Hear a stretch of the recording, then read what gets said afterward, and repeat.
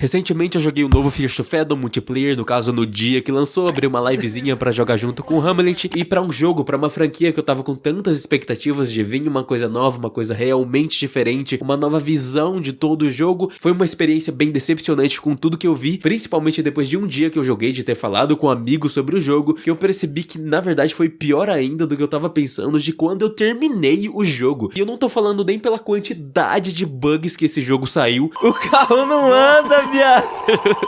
O carro não anda!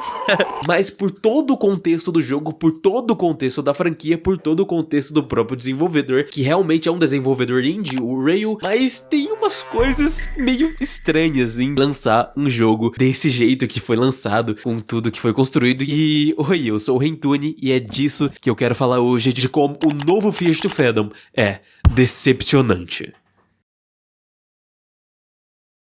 Rapaziada, aconteceu algo engraçado durante a edição desse vídeo que eu quase preferi não postar o vídeo. Por quê? Eu percebi que eu tô exaltado, eu tô realmente bravo com um joguinho aleatório que eu joguei. E tipo assim, é a primeira vez que eu faço um vídeo reclamando de algo e eu tô realmente bravo. Já fiz vídeo, por exemplo, falando das reviews negativas de Silksong que eu fui falar contra, mas eu tava só me divertindo. Nesse vídeo não. Então eu quase desisti de postar esse vídeo ou refazer uma outra versão muito mais de boas, porque eu percebi que eu tô pesando mais a mão do que eu deveria. E também no geral é como se eu tivesse só odiado completamente o jogo e não falei dos pontos positivos. Mas não é pra tanto, tá? Não é pra tanto. Só que mesmo assim eu decidi postar esse vídeo aqui porque eu achei muito engraçado, tá? Eu achei muito engraçado e eu muito bravo com um joguinho que eu joguei.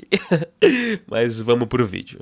A ideia desse vídeo veio não só de eu ter terminado o jogo, mas quando o Renatous terminou o Fear to Fathom jogando junto com o Dashikawa, que eu tava na live dos dois assistindo, e ele me perguntou o que eu achei e eu mandei um áudio básico ali de 2 minutos falando de todos os problemas gerais, das minhas opiniões gerais. E se eu fiz um áudio de 2 minutos falando disso, e a gente conversou mais um pouco sobre todo o jogo, então ali eu tinha certeza que eu conseguia fazer um vídeo inteiro falando sobre todos os detalhes do jogo, tudo que eu achei e por que ele foi estranho demais. Então o primeiro tópico que eu quero colocar aqui e já deixar de lado essa parte, que é sobre os bugs, o quão bugado esse jogo foi lançado. Eu tô invisível pra eles.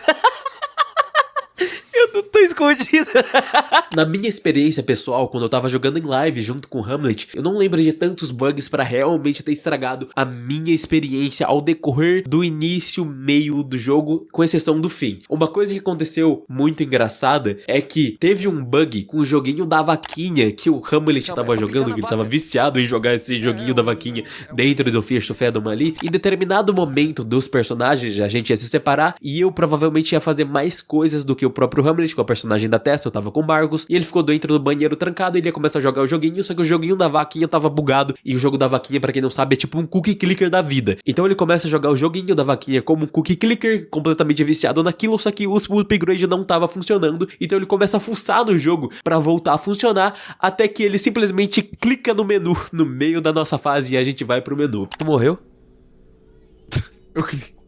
Eu cliquei no menu principal, mano. Cara, o que aconteceu? Aí isso aí foi burrice dele, só que aí começa a parte dos problemas. Essa parte que ele volta, que a gente volta, é justamente no provavelmente save mais atrás no jogo, mais ridículo que eu já vi, em que a gente volta uns 15, 20 minutos de gameplay. 9h58? Eu não lembro quando volta, então. Nem fudendo. Não. Vamos puxar. Puta que pariu, viado. Mas como que o jogo não salvou em nenhum momento, mano? E a gente tem que repetir tudo com essa velha falando tudo de novo, repetindo todo o diálogo, sem a gente poder pular nenhum diálogo que tava acontecendo, até ela fazer todo o tour da casa, voltar pro quarto, ainda falar mais. Nossa, aí até aí eu já tava bravo já tava meio revoltado. Mano, o foda não tá sendo nem os bugs, porque os bugs tá dando pra tancar. O problema é que essa véia fala demais e a gente tem que voltar antes dela. O save point é muito longe, velho. O save point é longe demais. Mas beleza, erros acontecem, mas esse save aí é bizarramente longo. Só que aí, enquanto eu tava assistindo a live do Dashikawa, eu percebi que pra mim foi muito tranquilo. Porque eles voltaram nesse save que era muito mais atrás do que deveria ser por causa de bug. No momento que eu entro na live deles, acontece um bug. Quando o personagem do Renato, Marcos, desce lá no porão da igreja e surge no outro porão da casa, ele se dá um susto com o personagem que aparece na frente dele, e o personagem, ao invés de ir embora, simplesmente fica ali na frente deles. Aí eu acho que, tipo, é pra você aparecer aqui. Era tipo, pra ele sei ter lá, saído. Ele tá dizendo que era pra ele ter saído. Tá bugado. Era pra ele ter saído. Ah, não. Eu acho que bugou pra ti, aí eu não consegui jogar por causa disso. Caralho, cara, a gente bugou de novo o jogo. E aí o Renato não consegue sair dali, ele fica soft locked e eles têm que fechar o jogo e abrir de novo pra voltar lá atrás por causa de um bug muito bosta, com um save mais bosta ainda, que por algum motivo é muito longe. Gente, atualização, acabei de lembrar algo. Eles não voltaram esse save uma vez por causa de bug. Eles voltaram 2 vezes por causa de bug. Meu bem, eu tenho toalhas aqui, tu tem que buscar Mano, toalha, eu tô velho. preso aqui, Dais. Mano, não acredito que tu ficou preso dentro da... Tu consegue sair, não? Vou ver, calma. Mano, a gente não consegue sair. Lavei o rosto. A gente não consegue sair, velho. A gente não consegue sair. Aí vai ter que resetar. Mano! Mano! Vai ter que fazer essa parte de novo. Mano, não. Mas beleza, como eu tava falando, a minha experiência não foi tanta, com tantos bugs assim como eles mesmos estavam reclamando, mas algo acontece no final de Fears to Fathom, que é na parte onde você tem que correr agora pro seu carro enquanto o personagem tá olhando pro outro lado, e nessa parte o Hamlet ficou encarregado de desvencilhar o carro do trailer pro carro conseguir andar, e eu fiquei na parte de direto pro carro pra já ligar ele e a gente já começar a ir embora. E aí nessa parte começa esse bug infernal dessa música super alta no seu ouvido e o carro tremendo. E você não consegue fazer nada, então a gente obviamente tenta continuando ir, mesmo que talvez dê errado pra gente conseguir chegar no final. A gente consegue, mesmo com o personagem, o inimigo atrás da gente ali no carro, e a gente chega no final e começa a história final ali, e tem essa música super alta no nosso ouvido, e beleza. Eu pensava que era algo que aconteceu ali, mas não. Aconteceu isso comigo e com o Hamlet, com o Renato e com o Daishikawa. Depois no chat deles falaram que aconteceu com o Ip e com o Zedin. Depois, na live do Alanzoca, eu vi que aconteceu com ele também. Então esse bug é como se o jogo sequer tivesse passado por um beta teste nem nada. Isso aconteceu em todas as vezes que eu vi. Não foi algo específico que aconteceu com uma pessoa específica. Aconteceu todas as vezes que eu vi casualmente na live de alguém. Isso é ridículo. Como que o jogo foi lançado assim? Foi claramente lançado nas pressas. Isso já não pode acontecer. Um jogo não pode lançar às pressas assim, desse jeito, com essa quantidade de bug ridícula, com um save muito longe. É como se a pessoa não tivesse retestado o jogo. Ninguém testou o jogo, ele simplesmente lançou. O Rail simplesmente, o dev do jogo, o Rail simplesmente lançou. Então só por causa disso, a gente já percebe que o jogo deveria ter um tempo a mais de produção. O jogo deveria ter um tempo a mais de produção até lançar. Desse jeito, não deveria ter lançado agora, de jeito nenhum. Deveria ter um tempo a mais pra testar, fazer tudo bonitinho e lançar ele polido. Esse é só o problema dos bugs. E assim, gente, bugs se arrumam, obviamente, em atualizações, inclusive nas mais recentes arrumaram várias coisas. Mesmo assim, não deveria lançar um jogo com tanto bug, independente de qual jogo que seja. Ô, cara! Meu Deus, eu bugou. Mano! Don't even say anything. I'm leaving. You won't be ashamed of yourself. Excuse me? Tell that crazy old bitch upstairs that I'm gone. What are you people doing here? Beleza, vamos falar agora da gameplay, principalmente da parte do multiplayer. Quando a gente pensa em um multiplayer de 2 jogadores, principalmente em uma franquia que todos os jogos eram solos, a gente consegue ter uma expectativa que vai ter um jeito de gameplay diferente. Então, enquanto eu tava conversando com o Renato sobre o jogo, uma coisa que eu meio que passei pano foi na parte da gameplay, porque assim como o primeiro Fears to Fathom, ele é mó simples, ele tem 15, 20 minutinhos de gameplay, ele simplesmente termina, e ele é só um testezinho, é gratuito, e depois os outros jogos ficam melhores. Esse sexto, ele também, na parte da gameplay especificamente, que é a parte mais nova, também poderia ser simplesmente um teste. E eu falo que eu não peso tanto a mão, que eu passo mais pano nessa parte. Mas tem uma coisa que eu não tinha pensado. O Renato fala que a gameplay do multiplayer do co-op, ela não serve pra nada. Se não tivesse aquilo, não mudaria nada. Porque os dois personagens não se interagem, por exemplo, pra resolver algo junto, pra resolver um puzzle, um enigma juntos. Nem nada do tipo. A única coisa que eu consigo pensar é na parte do GPS, que um jogador tem que guiar o outro, mas é só isso. Os personagens, Eles simplesmente vão seguindo suas vidas e as coisas que vão acontecendo, elas acontecem quando outro personagem termina o que ele fez, e é isso, simplesmente não acontece muita coisa além disso. Então não tem uma parte, que nem o Renato usou de exemplo, que tem uma pessoa vigiando um NPC inimigo, e aí esse player tem que avisar o outro personagem de longe pra ir na hora e eles interagirem juntos pra resolver uma parte. Ou como eu mencionei, para ter um puzzle, um enigma. Os outros não tinham enigma, puzzle também não precisava ter nesse aqui também, né? Isso aí é brisa minha. Mas podia ter alguma interação ali realmente que misturasse a gameplay. Qualquer coisa que os dois tenham que resolver juntos, tipo um It Takes Two da vida, que os dois precisam estar lá juntos conversando pra resolver alguma coisa. E não tem. Por que o co-op ele não é feito de uma maneira inteligente? É como se os dois só tivessem uma visão diferente e acontecem uns eventos diferentes em cada personagem, que é meio legal de você ver a gameplay do outro pra ver o que o outro tava passando. Vindo aqui na edição para falar que meio legal não, é realmente a parte mais legal do jogo. Você vê a visão do outro personagem depois de você ter jogado a sua pra ver o que o outro personagem tava passando, é muito bom mesmo. Só devia ter mais mecânicas no co-op ali. Inclusive, pra quem só viu pela testa, essa cena da igreja aqui do Marcos indo pra igreja é sensacional, isso aqui é lindo.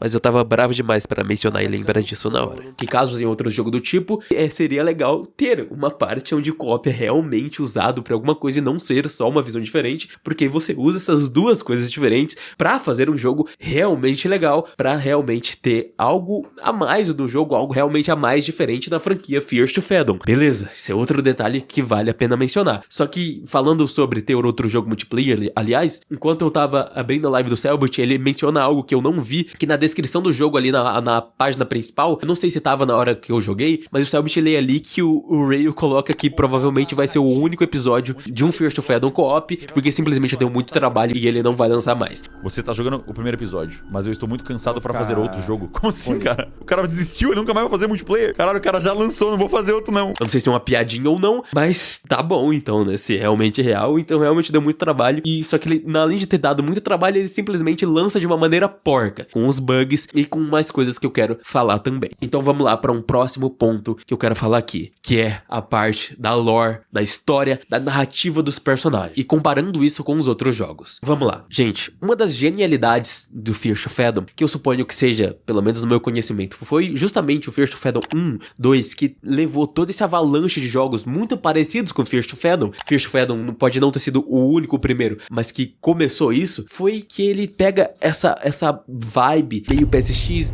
terror, pega algo do cotidiano e te faz uma história, te conta uma história ali. Curta, sempre foi curta e continua sendo curta. Os jogos que eu mais gosto são o 2 e o 4. O 2 especialmente porque, na minha vida, eu viajei muito por estrada, principalmente mais novo, e várias vezes eu fiquei em hotéis, pousadas de estrada, e era realmente esse sentimento meio estranho ali, pra você parar de madrugada. De vez em quando tinha umas pousadas, que era uma casa de uma pessoa que decide que aquilo é uma pousada, você tá num quarto, na parte de cima da casa da pessoa e tem um banheiro só ali do seu lado, e você pensa, nossa, isso aqui é meio estranho, não? Isso aqui, e se a pessoa quiser fazer qualquer coisa contra você? Ou também eu já fiquei em uma pousada muito parecida com o do jogo 2, que era um monte de hotéisinhos fazendo esse quadrado assim, com um monte de estacionamento pra você estacionar seu carro na frente. Então eu tenho essa relação ali, eu gosto muito do jogo 2, eu acho realmente muito bom, passa uma experiência ali legal e que faz sentido com essas minhas preocupações que eu tinha quando eu ficava nessas pousadas meio estranhas, de beira de estrada, ou de cidade pequenininha de interior, faz muito sentido. O 4 também eu gosto bastante do tema de cultos, de seitas, já fiz bastante vídeo sobre isso, apesar que o 4 eu não acho tão bem desenvolvido quanto deveria ser também, mas se é outra coisa eu acho divertido, acho ok de jogar. Agora esse 5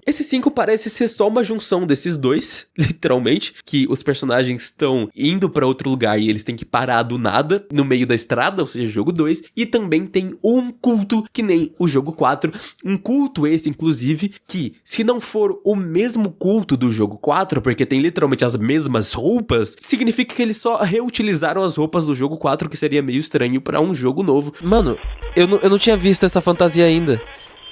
É a mesma do outro jogo.